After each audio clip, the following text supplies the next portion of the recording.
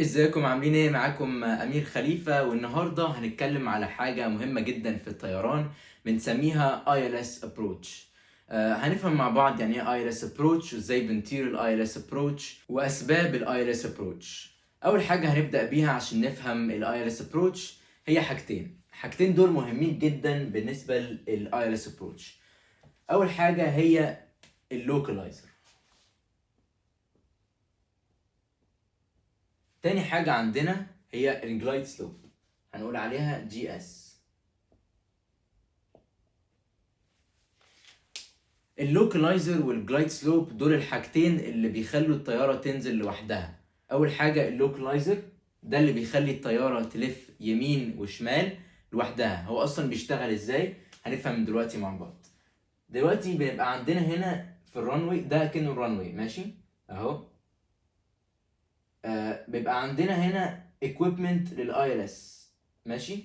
equipment يعني اجهزه ورا الرانوي او جنب الرانوي، بتكون هي اللوكلايزر والجلايد سلوب. يعني هي بكل بساطه بتبعت سيجنال للطياره اللي هي واقفه هناك بتعمل لاندنج، بتبعت لها سيجنال عشان اكنها بتكونكت. عارفين لما بنعمل كونكت للواي فاي في البيت مثلا بنحتاج التليفون والراوتر عشان نعمل كونكت للتليفون والطياره.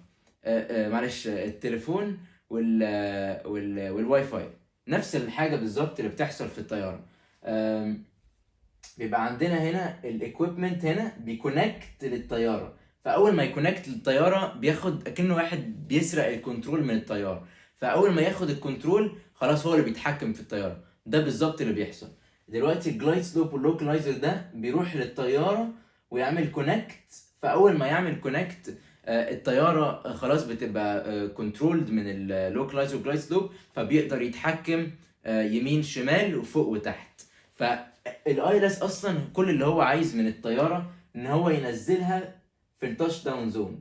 التاتش داون زون هي الحته اللي كل ما ننزل فيها كل ما مش هنعمل جو راوند. يعني احنا هننزل في المكان الصح اللي هو مش متاخر قوي او بدري قوي. احنا عايزين ننزل بالظبط في النص عشان يبقى سيف لاندنج.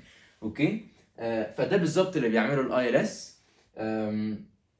تمام. فاول حاجه هنفهم مع بعض اللوكلايزر بيعمل ايه والجلايد سلوب بيعمل ايه. اللوكلايزر هو اللي قلنا بيحكم الطياره يمين وشمال.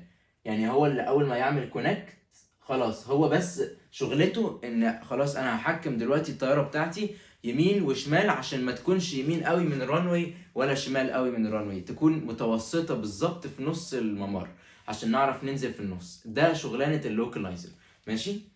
تاني شغلانه عندنا في الاي ال اس ابروتش هي الجلايد سلوب. ايه شغلانه الجلايد سلوب؟ ان هو يخلي الطياره مش فوق خالص ولا واطيه خالص، يخليها بالظبط في الزاويه الصح عشان تنزل في الرانوي بالتيتيود صح. يعني احنا قلنا دلوقتي اللي بيكنترول فوق وتحت ده اسمه الجلايد سلوب عشان ما نكونش عاليين قوي ولا واطيين قوي لما نيجي نعمل تاتش داون. تاني حاجه عندنا اللي هو اللوكلايزر، ده بيكنترول الطياره يمين وشمال. ده اللوكلايزر ماشي. خلاص بكل بساطة انتوا كده فهمتوا الاي ال اس ابروتش. بس يلا بينا نتكلم اكتر على التفاصيل ازاي اصلا تقدر تطير الاي ال اس ابروتش. هندي مثل ازاي تطير الاي ال اس ابروتش في الاكزامبل بتاع الايرباص اي 320. هو عموما في معظم الطيارات بيبقى شبه بعض، هي الطريقة اللي بتطير فيها الاي ال اس ابروتش بيبقوا شبه بعض، بس احنا هنتكلم specifically على الايرباص اي 320 ماشي. اول حاجه كل مطار بيبقى ليه ارتفاع معين الجلايد سلوب بيكونكت فيه او بيكونكت فيه واللوكلايزر بيكونكت فيه. يعني هما مش بيعملوا كونكت في نفس الوقت. في الطيران مش بنقول كونكت، بنقول اكتر استابلش ماشي. كلمه استابلش دي معناها ان احنا خلاص اللوكلايزر او الجلايد سلوب مسك في او السيجنال مسك في الطياره، فخلاص اخد الكنترول من الطيار وبقى هو اللي متحكم في الطياره لوحده. ماشي. فيلا بينا دلوقتي نبدا نتكلم على ازاي تعمل الاي ال اس ابروتش دي في الايرباص اي 320. اول حاجه عندنا كذا زرار في الطياره، اللي هو في حته اسمها الاف سي يو. اف سي يو دي اللي هي بتبقى عليها الاوتو بايلوت والحاجات الزراير والهيدنج والالتيتيود. ممكن نتكلم على الحاجات دي في فيديوهات في الفيوتشر، فاعملوا سبسكرايب عشان يجيلكم الفيديوهات دي ان شاء الله. فدلوقتي هنتكلم على كذا زرار مهم في الايلس ابروتش. اول واحد بيبقى بالشكل ده، مكتوب عليه ايه؟ مكتوب عليه ابروتش، ماشي، ابروتش. تاني واحد بيبقى مكتوب عليه لوكلايزر، ماشي.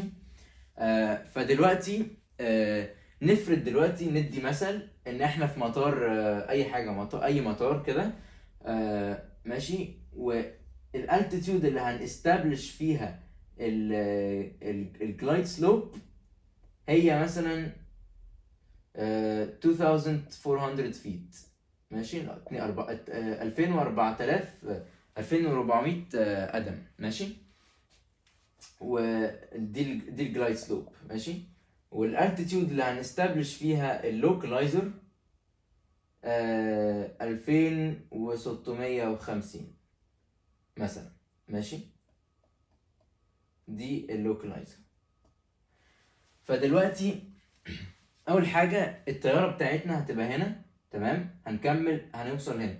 بس ايه هتلاحظوا ايه؟ ان اصلا اللوكلايزر حتى لو عدينا من الارتفاع ده واحنا في النص الران واي ومظبوطين كل حاجه، بس لاحظنا ان ايه؟ مش فاتحين المود بتاعت لوكلايزر، ما دوسناش على الزرار. نفرض الطيار نسي يدوس على الزرار، في الحاله دي اللي هيحصل اللوكلايزر مش هيكونكت عشان احنا مش دايسين على الزرار. فده معناه ان احنا لازم الاول ندوس على زرار اللوكلايزر ده عشان نقدر نكونكت في اللوكلايزر، او هو يقدر بيدي عارفين لما مثلا بتفتحوا زي ما اتكلمنا على الواي فاي، اكنك بالظبط بتفتح الواي فاي في السيتنجز عندك في التليفون، انك بتديله الاذن انه اصلا يعمل كونكت. فهي دي نفس الفكره بالظبط، انك بتدوس على الزرار ده انك خلاص انا دلوقتي اديت اذن لللوكلايزر انه يجي وياخد كنترول مني في الطياره في ارتفاع 2650 بس كده. دي حته اللوكلايزر. الابروتش بقى ده بتاع الجلايد سلوب. ده معناها ان احنا لازم ندوس على زرار الابروتش قبل ما برضو نوصل للجلايد سلوب. وعموما بنفتح اوتو بايلوت 1 and 2، دول الاثنين اوتو بايلوتس مفتوحين في الاي ال اس ابروتش. في حاجه مهمه قوي حبيت اقولها بالنسبه للزراير بتوع الابروتش واللوكلايزر.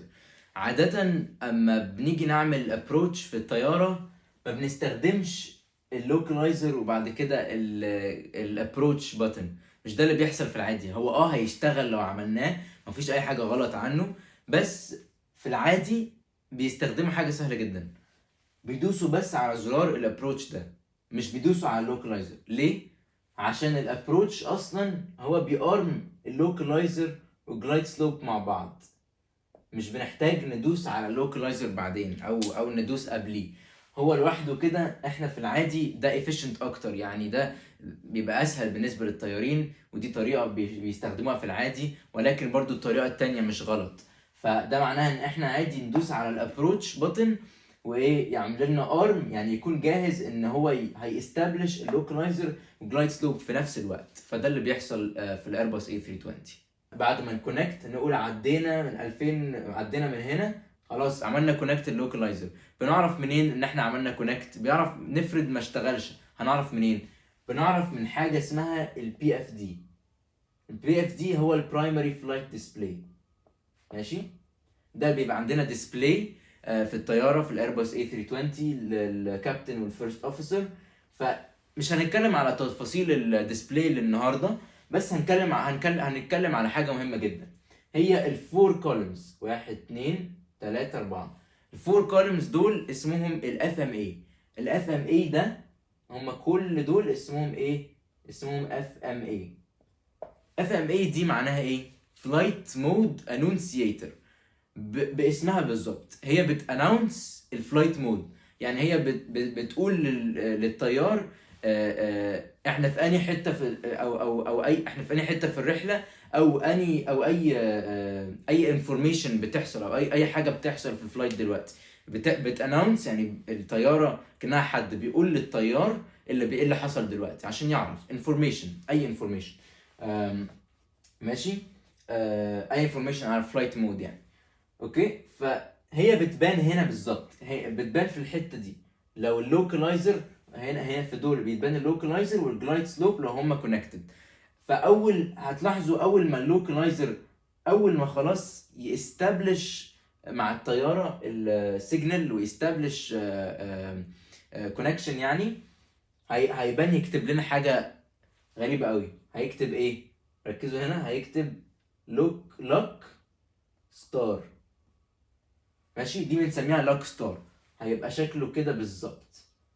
اول ما يبقى شكله كده هناك، ده كده نعرف ان ايه؟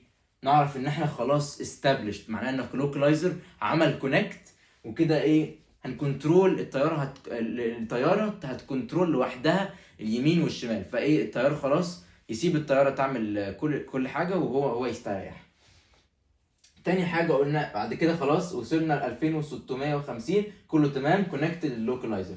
هننزل تاني لغايه اما نوصل ل 2400. اول ما نوصل ل 2400 خلاص المفروض بقى نبقى كونكتد للجلايد سلوب، صح؟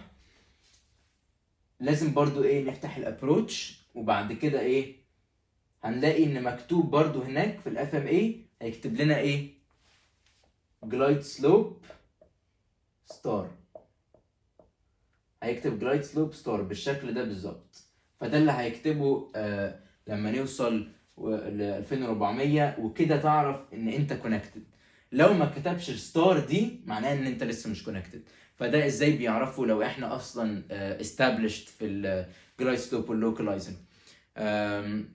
وده طبعا غير التفاصيل بتاع الاير ترافيك كنترول اللي هم التاور اللي بيتحكموا في الطيارات.